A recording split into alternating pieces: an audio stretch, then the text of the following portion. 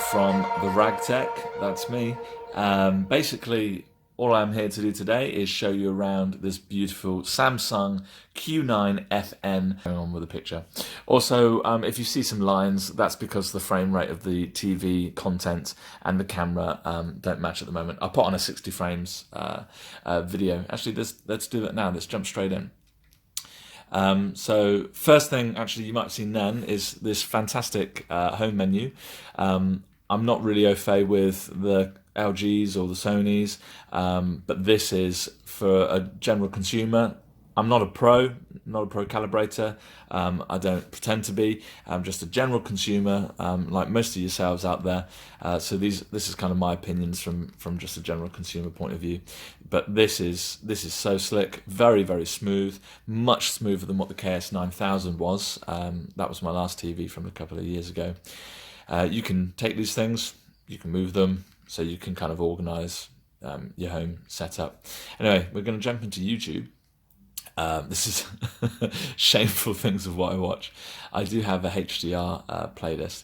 The HDR channel is my go-to channel on YouTube. Whenever I want to show this TV off, and if you ever want to show your TV off or just see how capable your TV is of handling the darts and the brights, the HDR channel is your friend on YouTube. It's my go-to. So right now, a feature of this TV is the remarkable blacks. The colour, how deep it gets, is the only way I can describe as inky. I know that's how you describe OLEDs, but I'm telling you, I've seen this TV side by side with an OLED, and standing 5 to 6 feet away, you cannot tell a difference. Genuinely. If you have this TV and you don't see inky blacks, your TV is likely faulty. So look into that. Basically, on the camera, you can appreciate that you're not getting the full experience that I am sat with it. But it's just remarkable. This TV is the best LCD TV I have ever seen. That's on a consumer shop floor level, yeah. And the detail and the brights that you get with this TV as well, the highlights with those blacks, just really make this spectacular. And that's why I've got this TV. This time of year is January, so these TVs are a lot more affordable than what they are when they first come out in March. So if you're thinking about getting this TV, I definitely would. Although if you have the extra $2,000 for the RRP of the new TVs that will be coming out in March, then sure, go for it. But most people, this is the time of year to buy these sort of TVs. They're at their best price. So this is 4K, this is HDR, and it just amazes me every time I watch it. Let's dive into some of the settings. Because it's HDR, wow, you can see the difference between before I played this. It's suddenly all bright. So the TV features automatic HDR switching mode.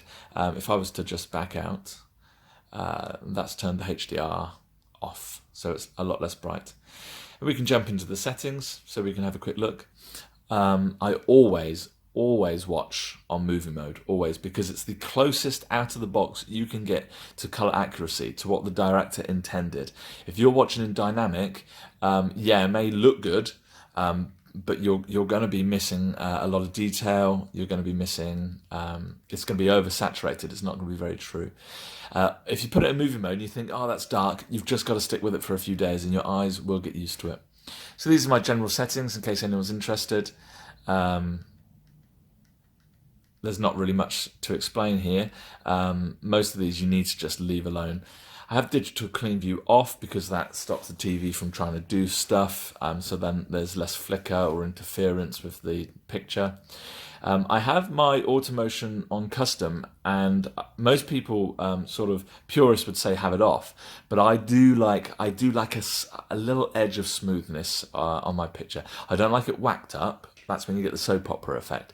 I just like, when I see a car or a train going past, I like to see that that's smooth and that's not flickering. I kind of feel in this day and age we should be aiming to have high frame rate films, although nobody really liked The Hobbit. That wasn't really well received in its 48 frames picture. I loved it. I think that's the future, but hey, everyone seems to be appearing to stick with 24. So here we go, local dimming on high, whether it's on non-HDR or HDR, because then you're just letting the TV do its job. Contrast enhancer to me, washes out colours. Warm 2 is as close as it can get out of the box to colour accuracy. And again, the gamma. I don't like to fiddle too much. You may, but I don't. I just like to keep it nice and simple. Otherwise, I'll find myself in the middle of the night messing with settings, and it drives my wife crazy. And as I say, when I flick on a HDR HDR film or HDR YouTube, it automatically switches, and it will whack the backlight up, and it will adjust accordingly for HDR. So what more features have we got? We've got the 4K, we've got the HDR. This also supports HDR10+. So that's the newer format that's only just starting to appear on 4K Blu-rays. It's kind of Samsung, it's kind of the free open source enhanced version of HDR. They're trying to compete with Dolby Vision. Anyway, so moving on, one thing this does also have, if you have your PlayStation or your Xbox, is it automatically detects that you're in game mode. So you whack on your Xbox, and then it will know that, well, you're going to play a game, and it'll put it in game mode for you, which brings that latency right down. This is one of the quickest TVs in terms of its gaming lag. So that's a really big plus for this TV as well. Saying that, while it's in game mode, it also does detect HDR mode, so it automatically switches to HDR for you as well, which is also another plus. What else has this got? On the Xbox One X, I don't know if it's on the Xbox One S, but I know on the Xbox One S, it does have, let me pop into settings for you, this mode where it frees up your frame rates. I can't quite remember how to describe it.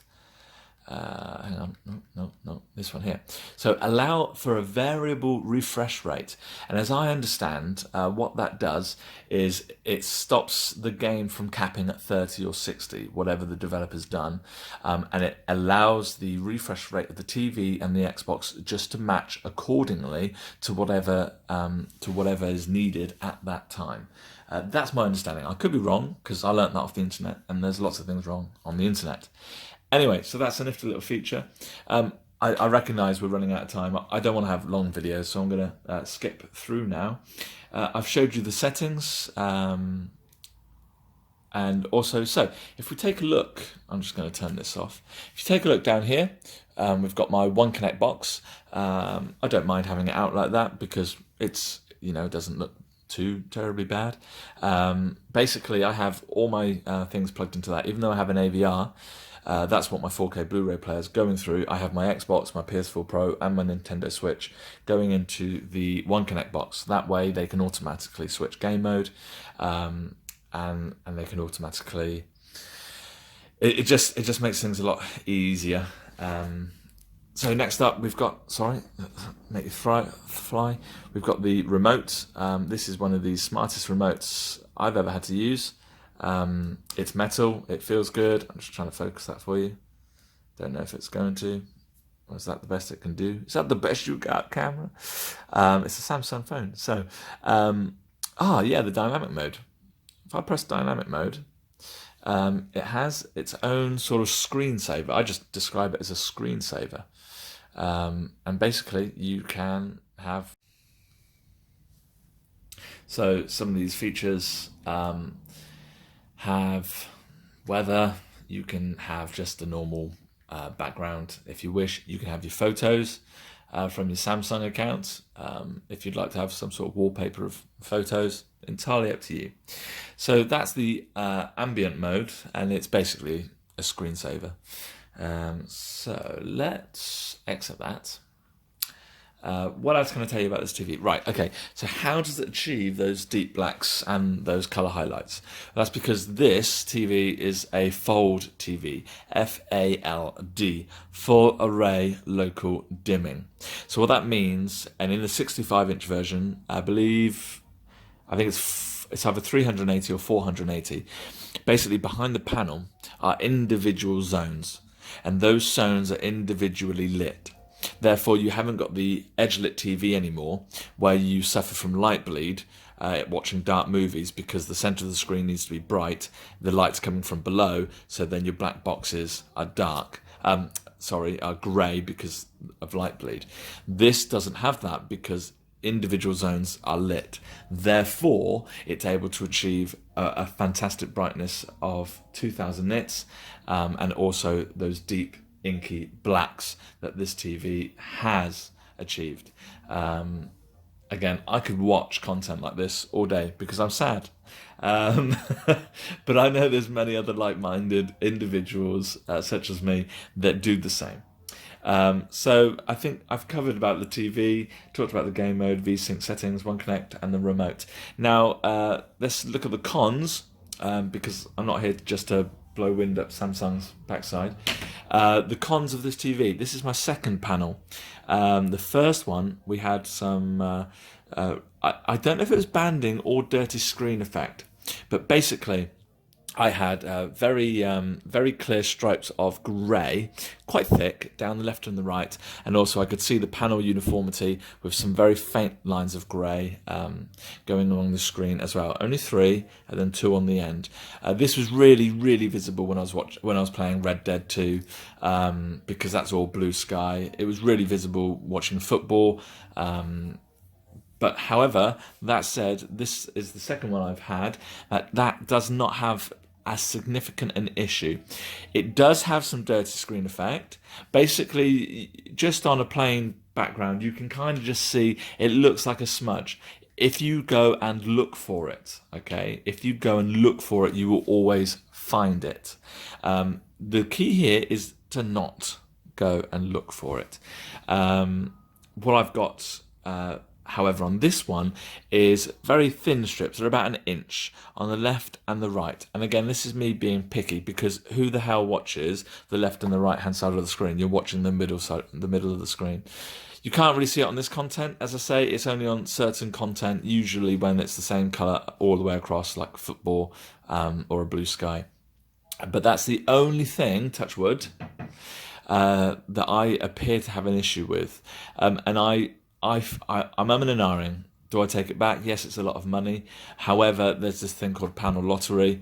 If you take it back, get an exchange, you might get another panel that's worse. So do you want to spend your time boxing up TVs? Or do I go, yes, actually, I really don't notice it on most of the things I watch. Other than that, this is one hell of a TV. As I've already said, the best TV I have ever seen, because it's so much brighter than OLEDs. That's one thing I don't like about OLEDs, is it just doesn't have that wow factor. And yeah, so there you go. So that's my general sort of opinion on this TV. I am really chuffed with it, which is why I want to share it on my channel. If you enjoyed this, if you found it particularly useful, then please do pop your thumbs up, because that helps motivate me to make some more videos. What I would like to do next is sort of review my Dolby Atmos setup. But again, subscribe and thumbs up will really help motivate me. Any comments is much appreciated. If there's anything in particular that I didn't get right in this video, please let me know so I can help educate myself further. So thank you so much for joining me on this kind of review, exploration of the Samsung Q9FN 2018. And I hope you'll join me soon for some more videos, and I hope you go and check out my other videos too.